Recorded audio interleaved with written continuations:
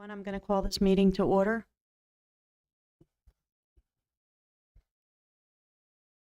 After the Pledge of Allegiance, could everybody please remain standing for a moment of silence for Mr. Vincent Raymond Zinowitz, a former Tri-Valley teacher who passed away.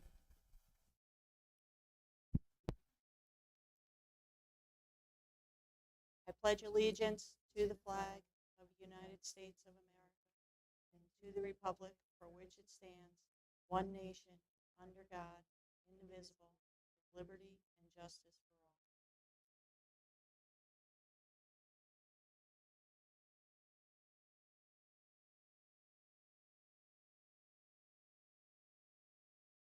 Thank you.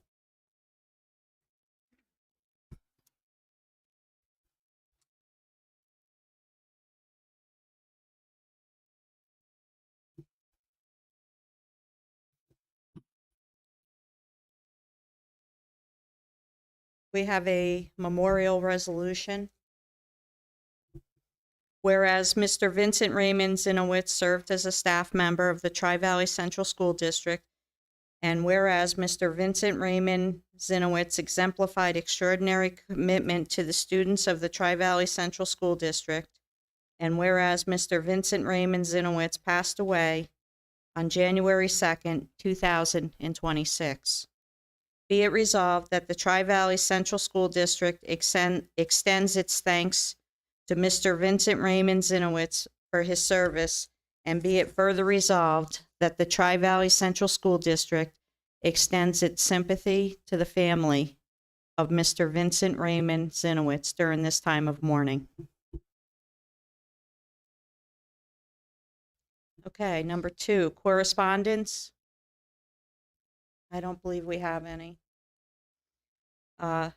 3, public comment session for items that are on tonight's agenda.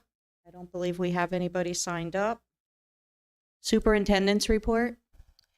Good evening, everyone. I just have 2 quick things tonight. I just want to go through real quick as we enter into 26 and we're facing a lot of weather lately, what our process is that we follow in the morning.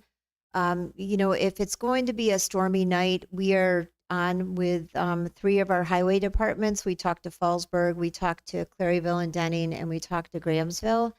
We also coordinate with our superintendents in the area and try to take a good look at what we're going to do. So if it's not going on that night, we really get started about 4:30 in the morning. And again, talking to all those groups about how do the roads look. And most important for us, our buses hit the road around 6 a.m. to get up to the Frost Valley area. And so we know then quite early on, if we aren't able to get those buses out on time, that we're going to have to delay. And so, for example, yesterday we did. And then we get back together around 6:30 or so and take a look again at where things are. And, we know the area well enough now to know that when you're up in those hills, there's just really not much we can do it's going to be safe. And so, again, we're talking to all the superintendents. It really impacts our extracurricular, especially our athletics. Mr. Cudelli has got to get in there and change all the games. And I think yesterday we had Fallsburg coming here. And so after much back and forth with our teams, we all made the decision to close schools. But I just want to reiterate that, if parents are ever concerned about that process, they're welcome to call or email me. And always, parents have the right to keep their kids home on those days when they just feel like it's not safe for them to be traveling. The second thing I just want to talk about tonight is our food service with Whitson's. I spent some time going through our contract and was able to flag several areas I was a little concerned with. We've recently reconnected with a food service consultant that was on our campus in December. He spent the day in both the cafeterias. He debriefed with me, and then he also met with the cafeteria staff. So I Zoomed with him on Tuesday to share the concerns I had found, such as we should be providing plastic cups every day for our kids to get water for free. There should be varieties of pizza on there. The menus need to be approved by us before they're posted. They need to be posted a month in advance. I know we had an issue with getting January's out. They are obligated to fulfill the order that is on the menu. So if they're serving breakfast pizza, then they need to serve breakfast pizza. We also are looking very carefully to make sure they're serving the quality of food that we have contracted with them to do. So Mr. Bigley did a great job of reaching out to Whitson's for me on Wednesday morning with a whole list of things that we need to get fixed. And their food service manager will be here on campus next Wednesday to meet with me. And then we will go through some of those and how we're going to make those improvements. On a proactive note, I was able to secure the USDA after school snack grant, which will allow us to continue to buy snacks, purchase snacks through Whitson's, which are all reimbursable. So they're free for us.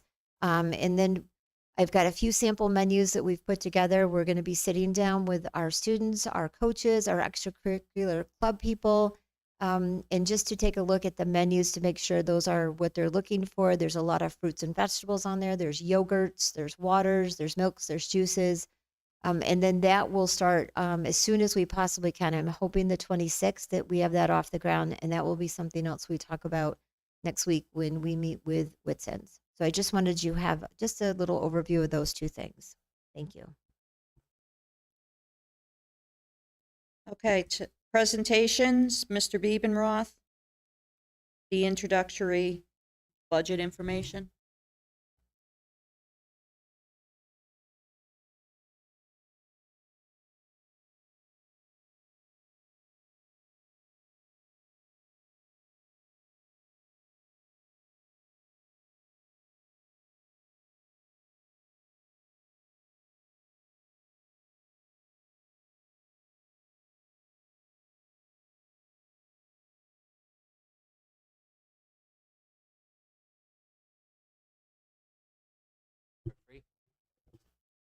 Oh, it was on. Sorry. Good evening. I just want to give you a little bit of a quick budgetary information, just where we're at. It's very early in the process, but we want to give you some updates of where we're at. So we have some bright spots that are looking good.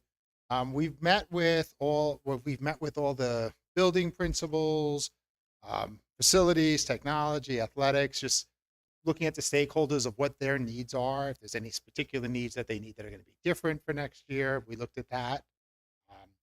We, on a bright note, state aid, the initial projections have us 213,000 and change over last year's at this point. So it's a good thing that we're looking like we may be getting more state aid, which is always a great thing.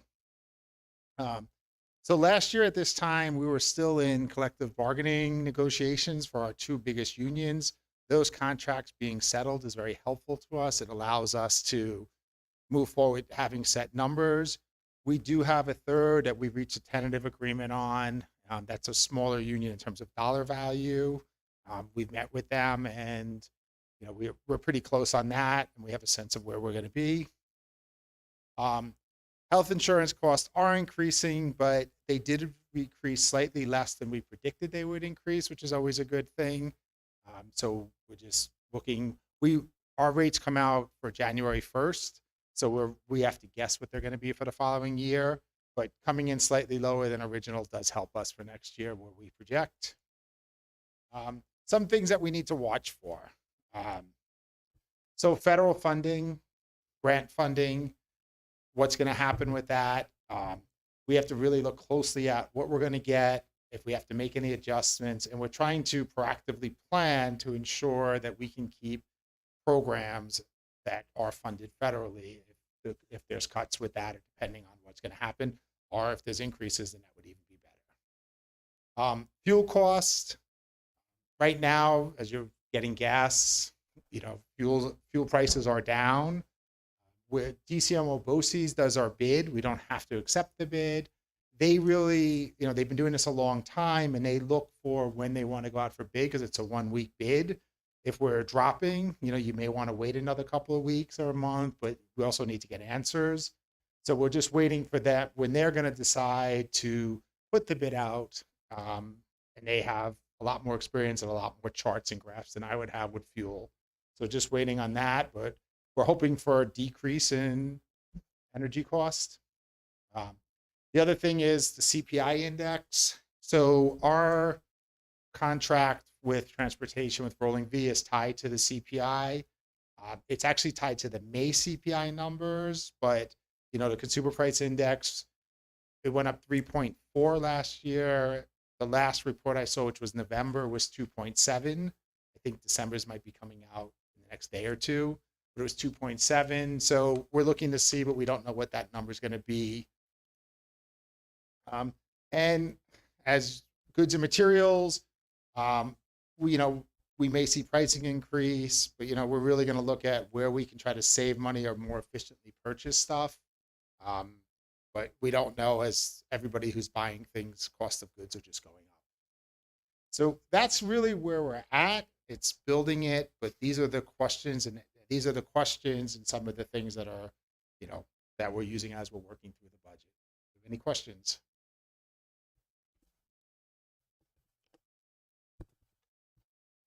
Yeah, if I may, budget's very dear to me. In reference to the district stakeholders, it mentions your priorities. What are the priorities of the district?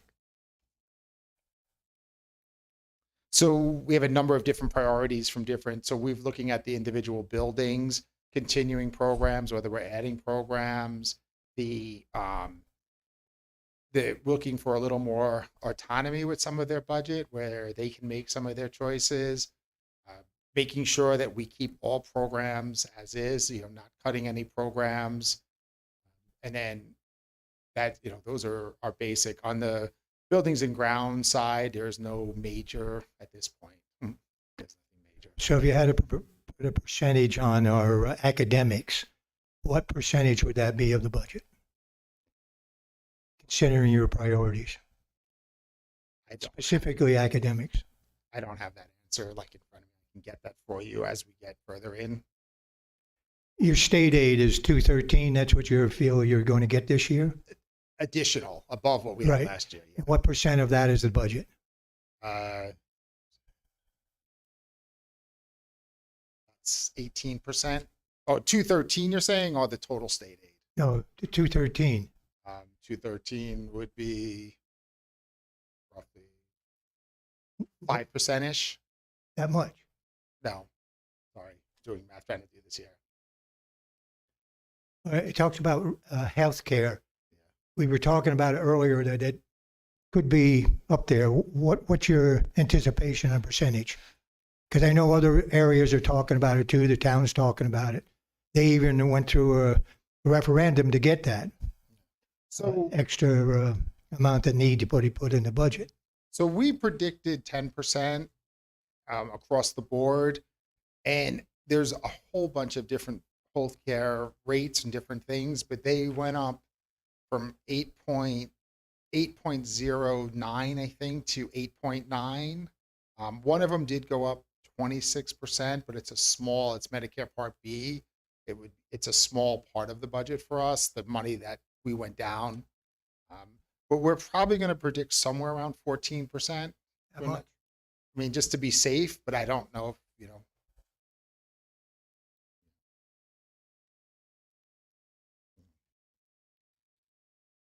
as we work through it, that number might adjust, but that's like kind of a preliminary number. When they came in and did that audit for us on our budget, we mentioned our fund balance. How much of the fund balance do we need to get back to where at least we have where the state allows us to get to? How much of that budget is going to have to go to that? So what we're working on is operating this year's budget at 92%, spending at 92% of our budget, which will put us back on track. So that will put us up to the 4% that's allowable in the. Yes. I mean, yes. I mean, yes. It's going to be something like right there. We're going to get there. Thank you. You're welcome. Any other questions? I just have a quick question. So we purchased the vehicle last budget year. Is there a significant cost savings by having that vehicle for transportation purposes? Would we save as far as fuel costs if we purchase another vehicle so that we can utilize our own internal systems for getting kids to and from different events? So we're monitoring that. I've been looking at the numbers. We have saved I can't give you the right number, but boy, we've made some significant savings. Just going to pick a student up is just a tank of gas, a couple of miles to go pick up a student versus $250 for a bus. So next board meeting, I'll have those numbers kind of added up because Rich and I have been talking about purchasing another school vehicle. We have a lot of folks stepping in to become occasional drivers.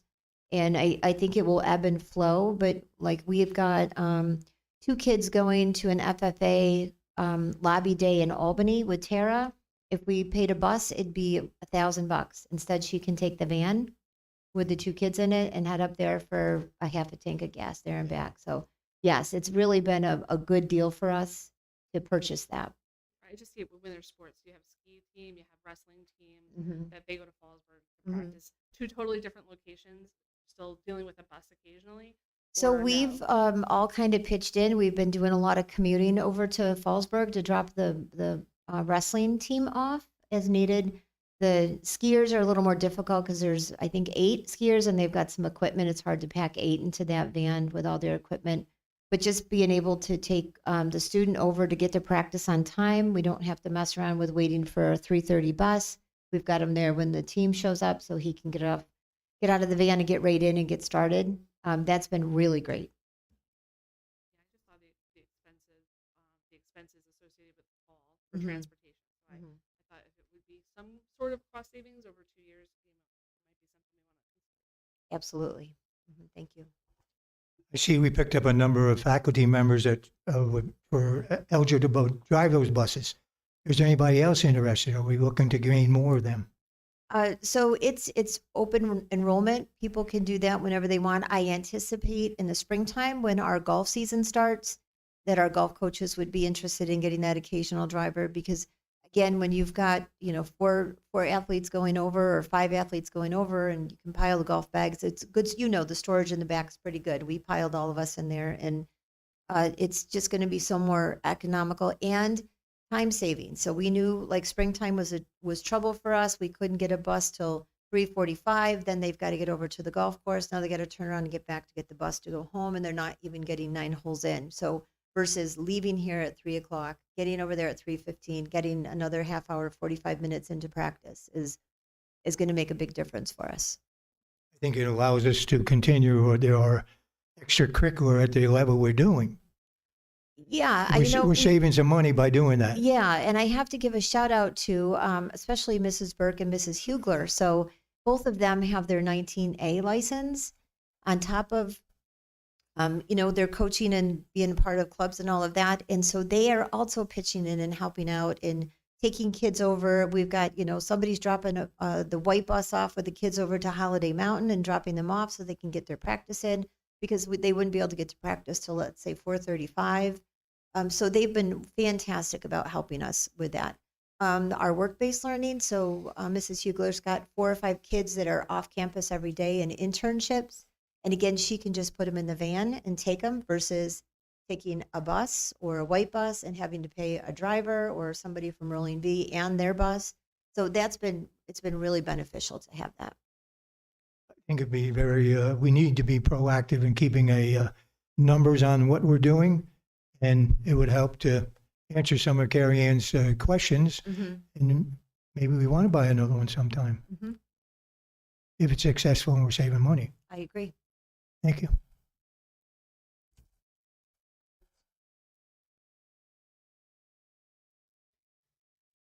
Okay, item number 6, items the board wants pulled from tonight's agenda.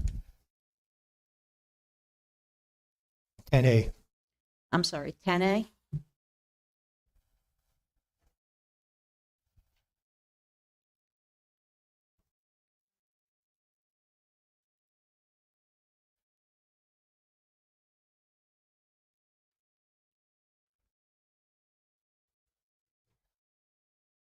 Okay.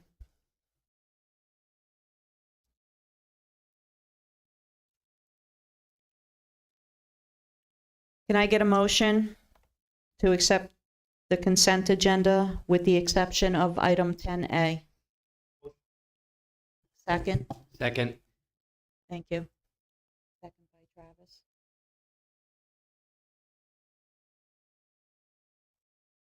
Please, Any discussion? Okay, please proceed to vote.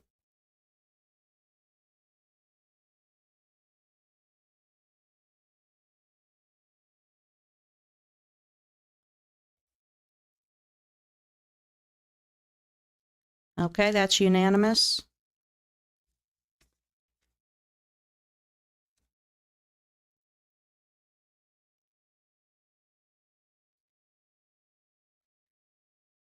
Be it resolved that upon the recommendation of the superintendent of schools, the Board of Education does hereby approve the entire consent agenda with the exception of 10A, categories 8 through 12.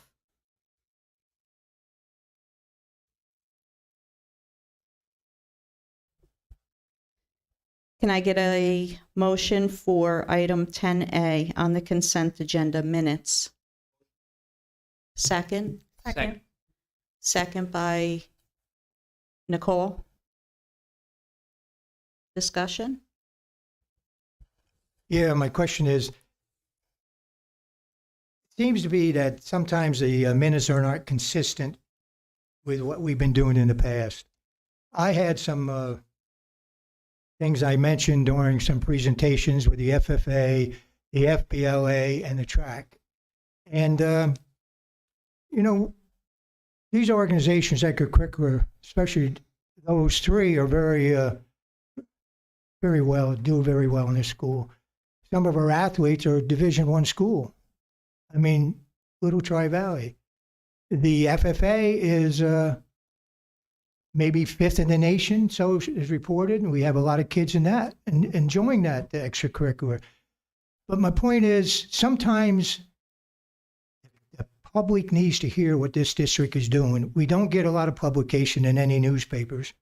So I like to recognize these kids. I like to recognize these extracurricular. I like to recognize everything that goes on in this district to a better degree and a higher degree in what we've been doing. And I think that's important because every kid in this school and every faculty member is important in what they do. So I would like, it was omitted to what I had to say. Now, if that's what the case is from now on, I will do it in the comment section, which I don't think it goes well to do it at that time. I think the time to speak is when they're speaking, when they get done, and really tell them how much we really appreciate what they do at this school. And that's why I bring it up. Okay, any other comments? Okay, please proceed to vote by hand. I have a question. To Are we going to yes. correct it? Or are we going to vote to have it as it is? Or are we going to hold off and do it, correct it? What's our avenue here? We're just going to forget it? I'd like to hear something from the board members here. I understand what you're saying. Like, the board meeting minutes are the official record of the meeting. So what George says does hold water. Having the comment session at the end, the kids have gone. So for you to make your comments then, it's really not appropriate. So I just think they should always accurately reflect what was said at the meetings. All the things. I support. I understand what he's saying, and I support. So you want, you're saying you want, you know, like after a presentation and people say, thank you, you want those comments reflected under that section? We always used to. There was one time it was not done and we talked about it and it was corrected. It may be, I don't know if it's being censored or what the reason is for it this time. Okay, do you want the names of the students also included in those minutes? Pardon? Do you want the names of the students included? So, you know, we had the scholar athletes come, we had 50, 60 kids that were scholar athletes. Do you want their names mentioned in the minutes? Then they're memorialized as well? You know, I don't know how I feel about that, but the born publicity each child get, I think it's great because we don't do it much anyplace else. But I think that's up to the board to decide if that's what they want.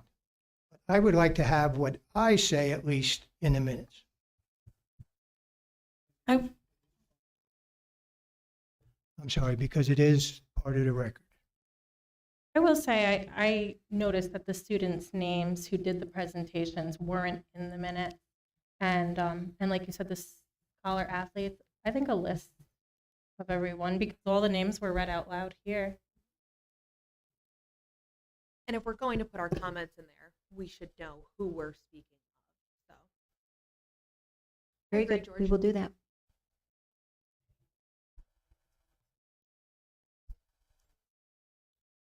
If you want to consider approving these minutes and then moving forward, because we have no presentations tonight, so you wouldn't see any in the next minutes, but the next board meeting will have presentations from our administrative team, those kind of things. We can capture those comments in that if you'd like to start fresh there, or if you want us to go back and redo the minutes, we can do that as well.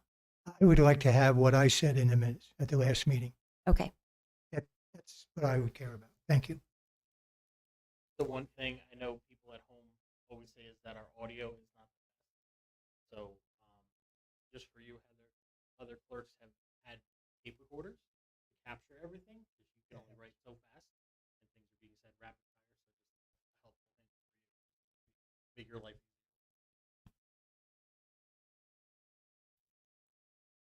Can we purchase a tape recorder for her? We have them. You have them. Sam might Okay. not have passed them along. We have 3 or 4 little ones that we usually tape record the meeting. Plus, now that we're videotaped, we can go back. You know, when Norma was our clerk, she would go back and rewatch the meeting and take more notes. So, yes. So we'll table the minutes then? Is that what the issue is?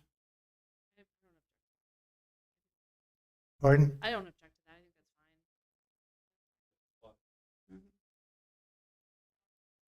So they're going to table.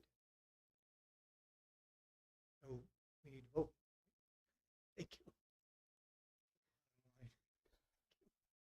By a show of hands, all in favor of item 10A, the consent agenda minutes, To table. to table it? It's unanimous. Thank you.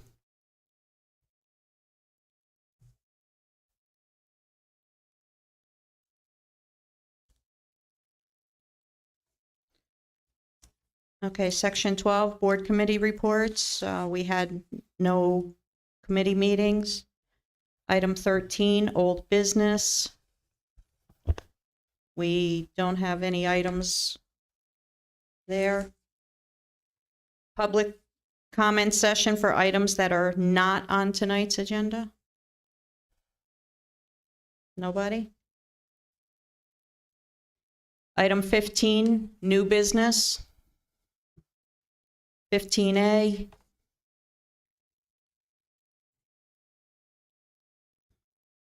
Is a donation from Miss Nicole Berkey, 8 reams of white cardstock for use in the elementary school. Can I have a motion? Motion. Thank you, Jerry. Second.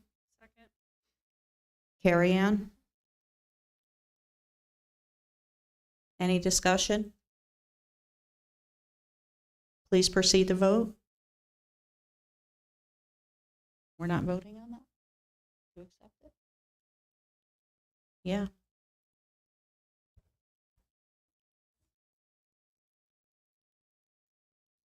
That should be an action item.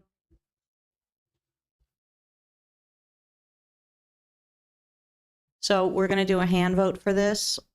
All in favor of accepting these items? That's unanimous.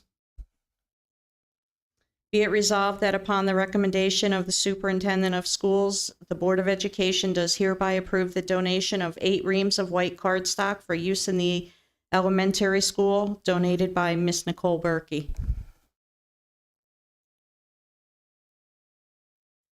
15B is the donation of SNARG mascot from iReady. Can I get a motion to accept this donation? So moved. Thank you, George. Second? Second. Travis? Please proceed to vote by hand.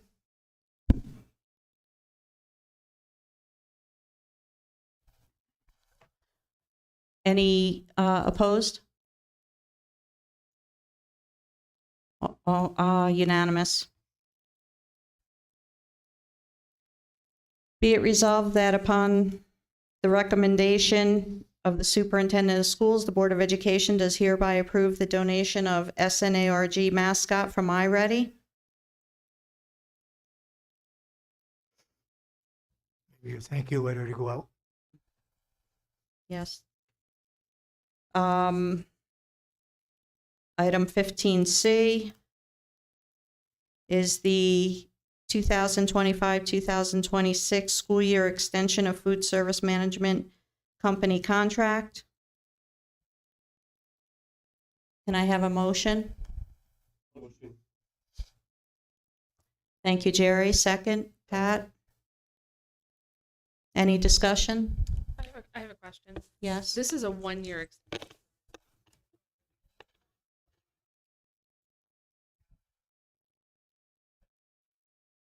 Yes, so every year is a 1-year extension.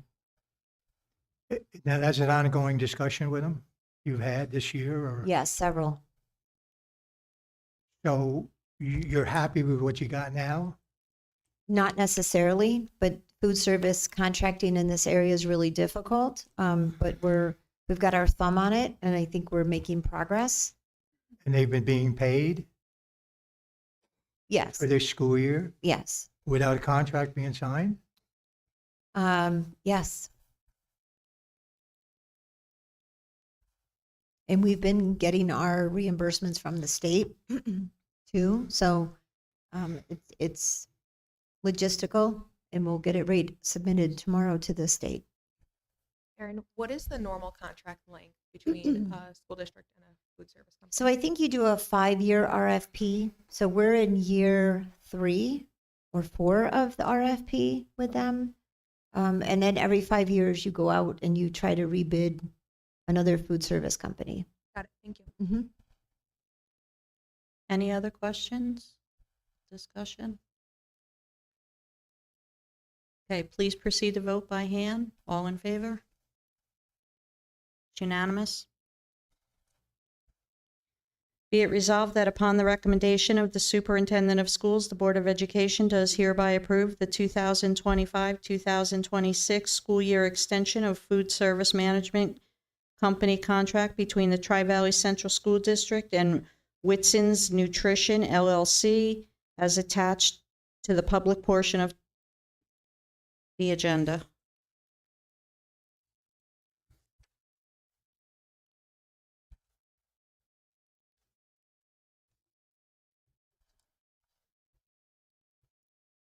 Okay, 15D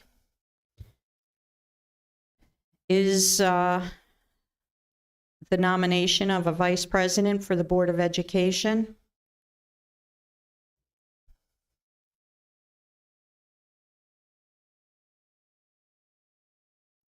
Can I have a motion? Thank you, Nicole. A second? Thank you, Jerry. Do we have any nominations? I'll nominate Travis. Okay, I would like to nominate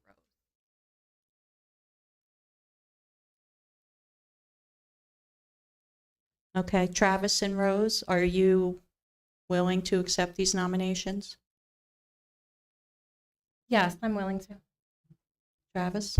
Yes, I accept. Thank you. Thank you. Any other nominations? Okay.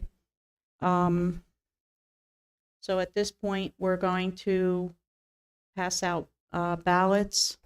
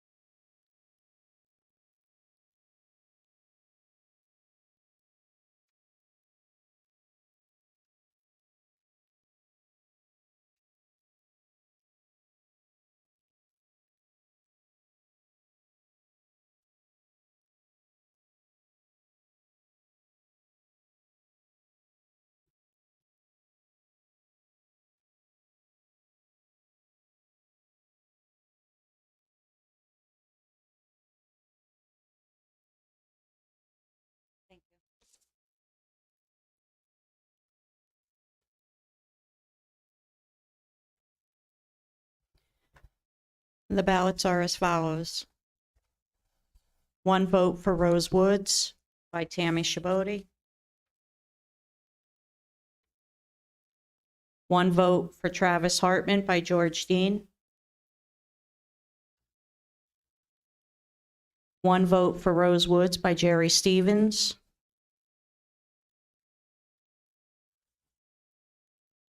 1 vote for Travis Hartman by Carrie Ann Poley. 1 vote for Rose Woods by Nicole Berkey. 1 vote for Travis Hartman by Travis Hartman.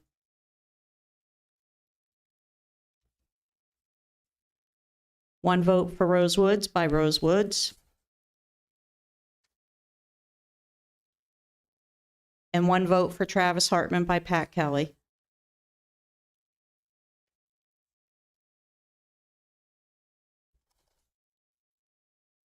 That makes the vote 4-4.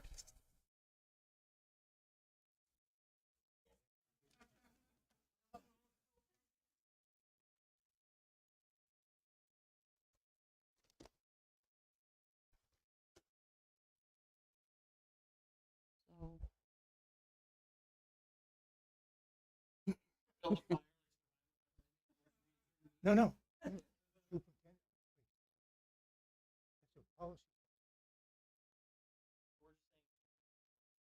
Policy says that.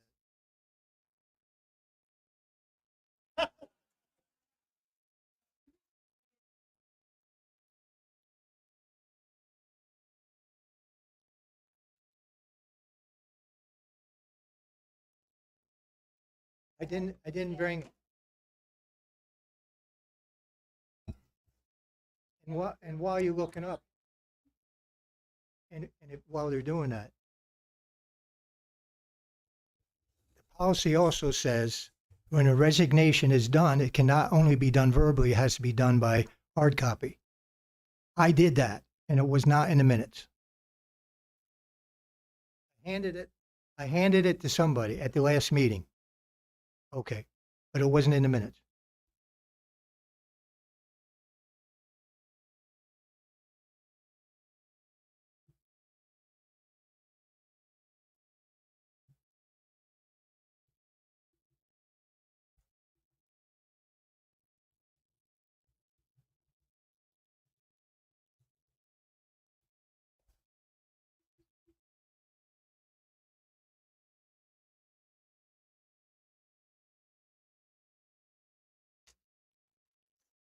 That's why it's so important to get this position filled as quickly as we can.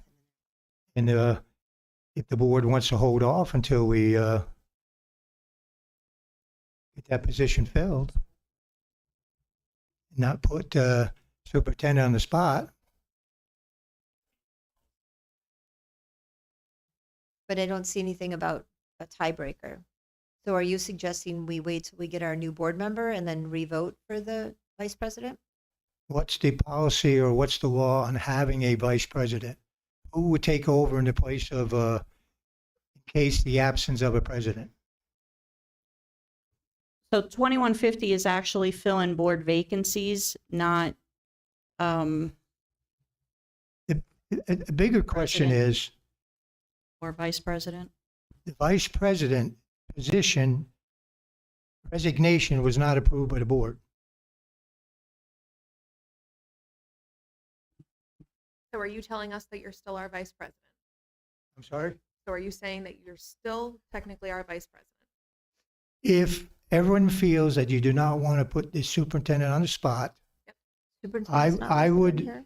I would delay the retirement or resignation until a vice president is filled. Okay. If that's what the board would like to do. I understand. So what I'm seeing here is the general procedure is that a recount is typically performed to confirm the vote is in fact a tie. And then if the tie persists, the winner is decided by a random method, most commonly drawing lots, such as drawing names from a container. There's nothing in here about superintendent, George. I read it someplace. I swear to God. Not in New York State. Give me a Bible. Not and in I'll swear Sullivan on it. County. I think the Not issue an is, AI. I think the issue is the superintendent's reading the policy and she's not reading it.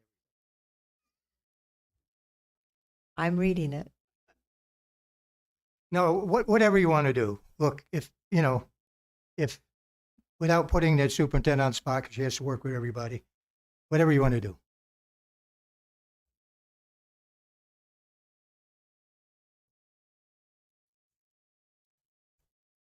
If we never actually voted on George stepping down, and George is still our active vice president, I say that we continue with the next section of the meeting Yeah. agenda, and then we come to an agreement afterwards. Then we don't have. At the next meeting. Correct. At the next meeting. I physically have Providing- yours. If we have. Somebody to appoint. Right. Correct. It probably won't be the next meeting.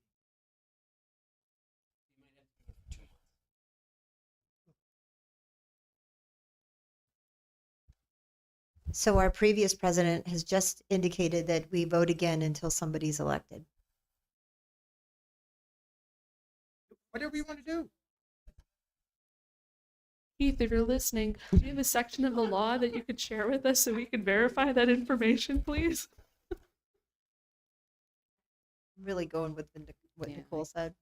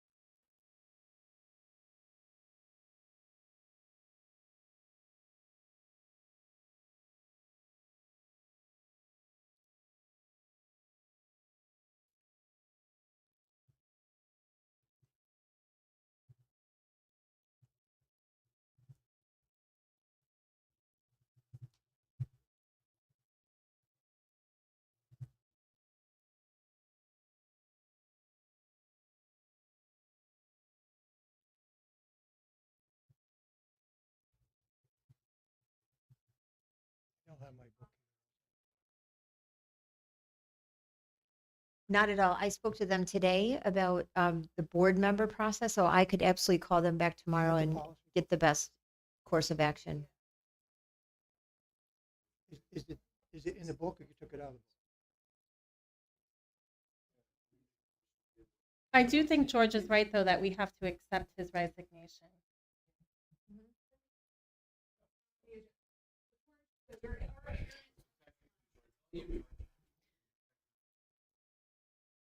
I have to know what you're talking about. I'm sorry. Not following you. We never accepted that you were going to resign. So, and it's not on the agenda now, and it's too late to add it. So I say we table this conversation and you're it for another month. I agree. Until the next meeting. Until the next meeting. Correct. Okay. Make a motion, Nicole? I motion to Second. table it, Second. to table the election of a vice president. Okay, motion by Nicole, second by Carrie. All in favor by hand? It's unanimous. Erin, you can just double check with council. Thank you.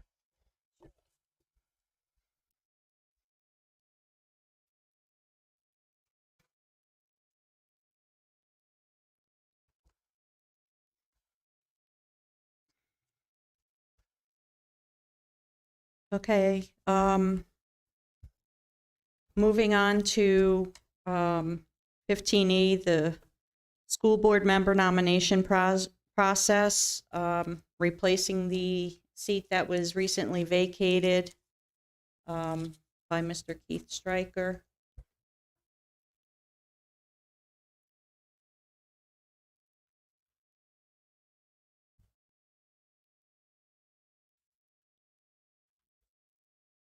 I motion to open the conversation. Do I have a second? Second. Thank you, Jerry. Discussion? So according to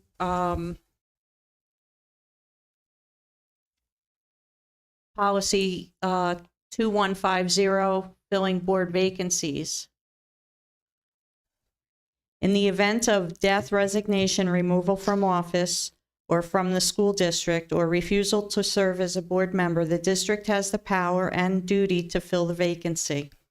If the board chooses to fill the vacancy by appointment, the appointment requires a majority vote of the full board and shall be only for the term ending with the next annual election of the school district.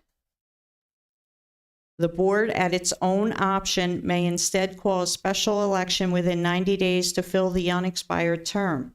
If not filled by board appointment or special election, the deputy superintendent of the supervisory district may appoint a competent person to fill the vacancy until the next annual election. Alternatively, the Commissioner of Education may order a special election for filling a vacancy, which such special election is ordered, the vacancy shall not be otherwise filled. A person elected or appointed to fill a vacancy shall take office immediately upon filing the oath of office. A board member who has been removed from office shall be ineligible to appointment or election to any office in the district for a period of 1 year from the date of such removal.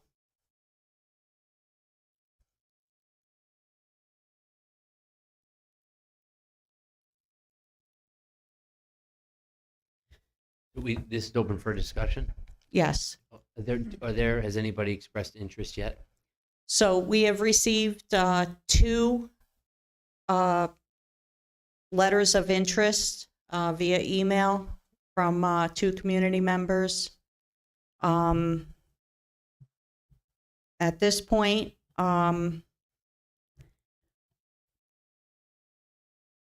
in the past, we have appointed the position through vote of the school board.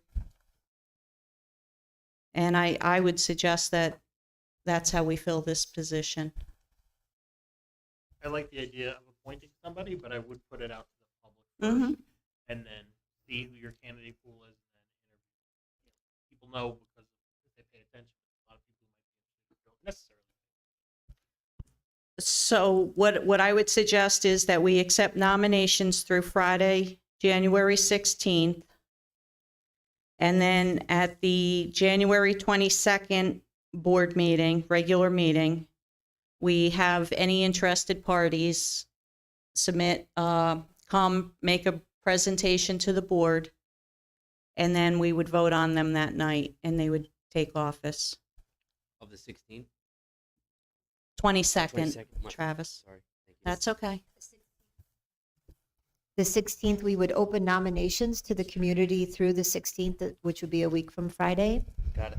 And then we would invite any interested candidates to our board meeting to do a meet the candidate presentation, and then recommend the board vote from there. And then we would still retain the 2 individual candidates. They don't have to resubmit. Whatever we already have from them Yes. would be sufficient. So this just opens up the pool Mhm. to more constituents. That's fine. When I George? spoke to NISBA this morning, they recommended that would be our best practice. Otherwise, if we go into a special election, it's very costly. We had to do all those advertisements. We have to collect petitions, similar to you would do for the school budget vote when we appoint a new board member. So they recommended as a best practice that we are very transparent, open it up to the committee, encourage anybody that wants to consider participating. Is there a statute on a timeline in reference to from the time you open it up to the public to the time that you close it? I mean, is it a week? Is it 2 weeks by law that you got to give people time to submit it? There's no timeline. If we went to a special election, we would have to do that within 90 days. I think the thought today was, especially from this attorney I spoke to, is we are going to be digging into budget season. And so we're going to really want our focus on our financials. And it would be in our best interest to get our board settled, to get our new board member on, get our board settled so that we continue with our board business. Tonight was a prime example. 4-4. Yeah. Get it filled as quick as you can, as long as we meet the statute by law. Yes, there's no timeline. It up to us. Okay. Mhm. Mics are atrocious. How long was Keith's seat? Is this just a fill for this school year, and then they would have to run in May? In May. With whoever else is up for the next 3 years. So it's just fulfill this year. Yes. Yes. Okay. And Keith was up this coming upcoming- May. How long would it take to get onto the website? It was me. How long what? How long would it take to get the posting on the website? We can have it first thing tomorrow morning. Fantastic. Mhm. And by us doing this with those dates, we're following Robert's rules. We're not in violation of anything ourselves. No violations, no. I spoke directly to a NISBA attorney about this morning. We could put it out, it's up to the board. We could definitely put it on our website. We can get it posted on, Social media. if you want it on social media, we could do something on our school Facebook, or we could do something, I don't really want to use Parent Square for that platform. We try to keep that just for communications coming out of the building. But if you feel like Facebook would be a way to advertise, I could talk to Melanie in the morning about that. Or we can highlight it like on the front page of our website. I think social media as well, because some people will not go to the website or review it, but people have a tendency to share things that are posted Okay. on social media. Yeah, so sure. We'll put something I would together do and that. get it on our Facebook page right away. Just so it's early enough so they can meet that. Really, and all they have to do is and we'll have that laid out. All they have to do is just send us an email and say, I'm interested. And then they have 2 weeks to prepare to come speak in front of the board. About the Democrat and the townsman.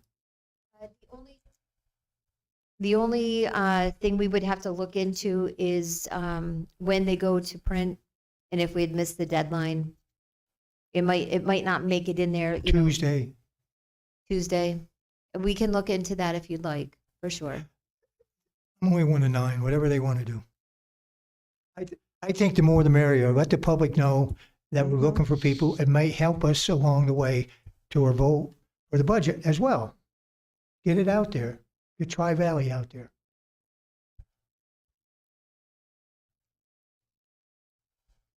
Okay, so anybody interested in running for the vacant seat, please submit a letter of intent by Friday, January 16th. It may be emailed to Tammy Shaboty, TAMMICHABOTY @trivalleycsd.org, or mailed to Tammy Shaboty, BOE, President, Tri-Valley Central School District at 34 Moore Hill Road, Grahamsville, New York, 12740. And we'll make sure that this information gets publicized. And tell them what the process is. Yes. Yes.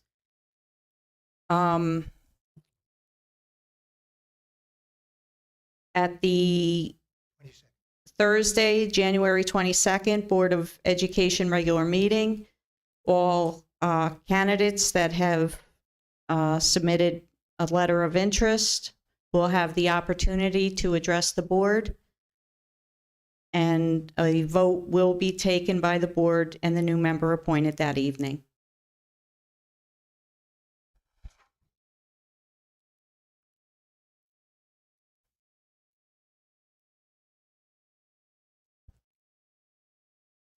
Item number 16, board comment session. Travis? No, I do not have anything. Nicole? I'm all set. Carrie Ann? I'm good, thank you. Jerry? Rose? Sorry, guys, I have some comments. Question, where are we at with the architect contract? So the architect contract is back in the hands of the architect. Our attorney went through and redlined some things, and so their attorney's now looking through it. So hopefully we'll have something in the next few weeks from them. Okay. Also, I wanted to ask, when a new president is elected, is there a new oath of office that's supposed to occur as well? I think so. Yes. Okay. So we'll need to do that. All right. And then the only other thing was I was glad to hear you bring up Whitson's.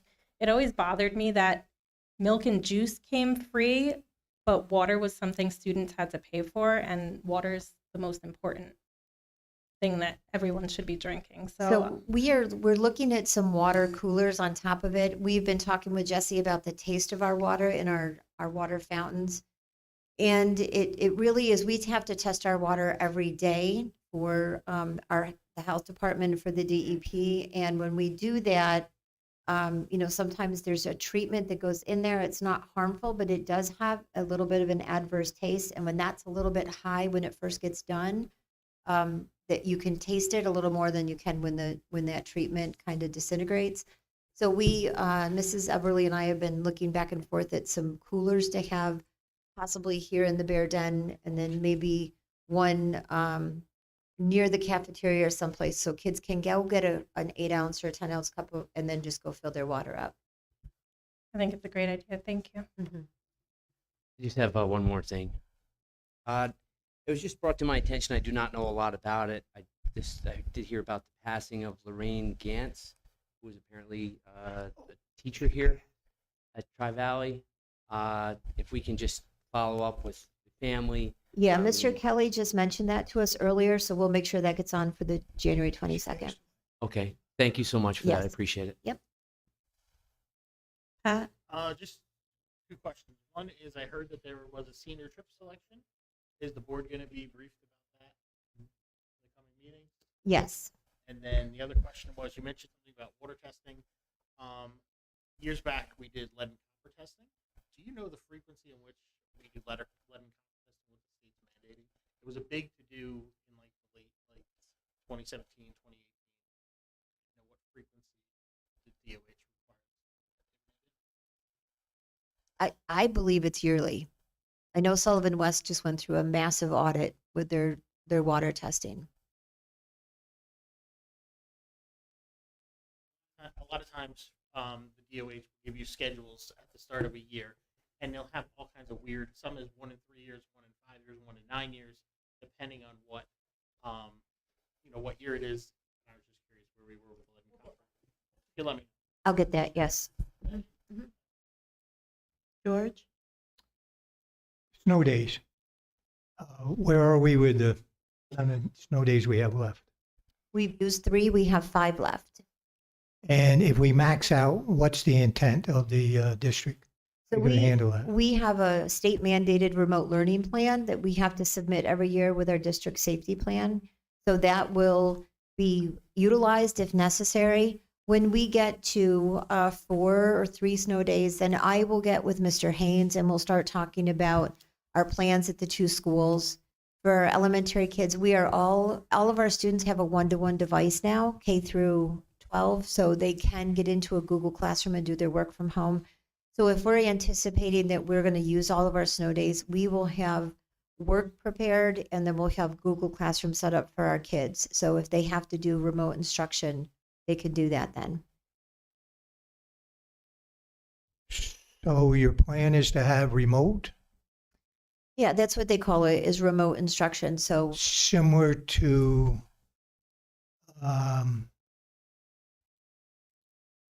whatever we had? COVID, yes. Yes. Yeah. How did Yeah. that work out?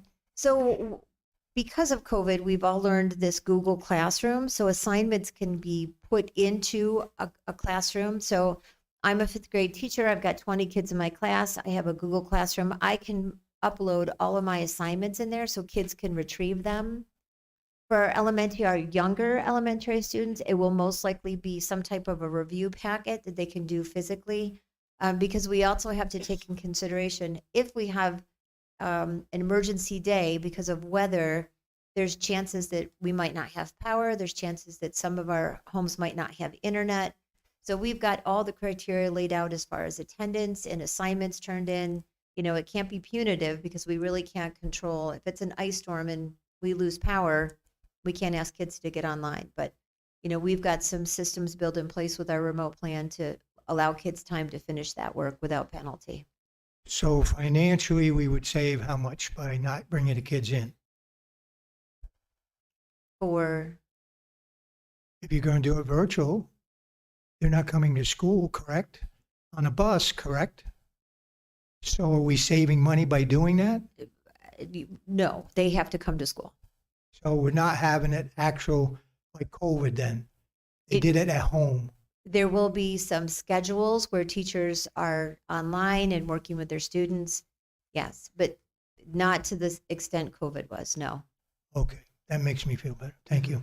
Another thing I've asked probably 3 or 4 times, and I was told every time that it's in the state hands with the lawsuit with Foxcroft.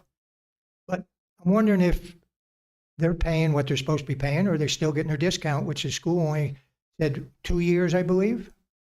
And I don't get an answer every time I ask. The discount is over. They're no longer getting a discount. And when did that start? At the end when they were supposed to? My question is, they got that for a reason, that discount, because they were supposed to do so much. The state somehow got involved and sued them. If there was any recovery, shouldn't we get some recovery back as well? They violated the pilot, yes. Correct. So shouldn't we apply for that money? So we can't apply for the money until the lawsuit's complete. I was under the impression it was, because somebody told me it was settled, but if you know better, I don't think it's settled. Our attorney is watching that. So the state attorney general is the one that filed the lawsuit Correct. against there. Correct. Mhm. So we can still seek damages for the pilot that we agreed to. no, with I'm them. I want all the money we can get for this district. I believe the lawsuit that was settled was tenants who had sued. It wasn't. It was tenants who sued the trailer park, not had nothing to do with the taxes. It was something separate. I think that's what.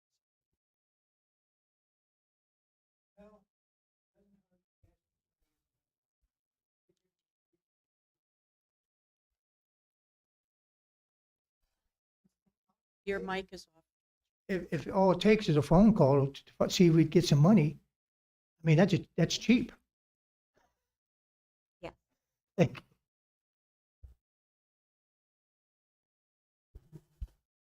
Okay, I have nothing for this evening. May I have a motion for adjournment? Motion by Carrie, second by Jerry. All in favor?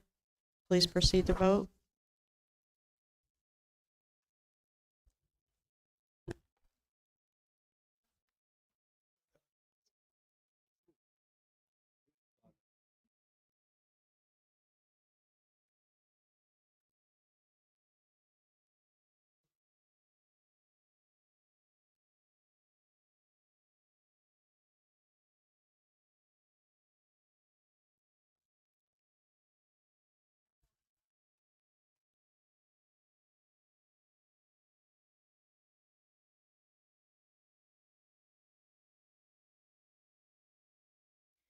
That's unanimous. Thank you, everybody. Have a good evening.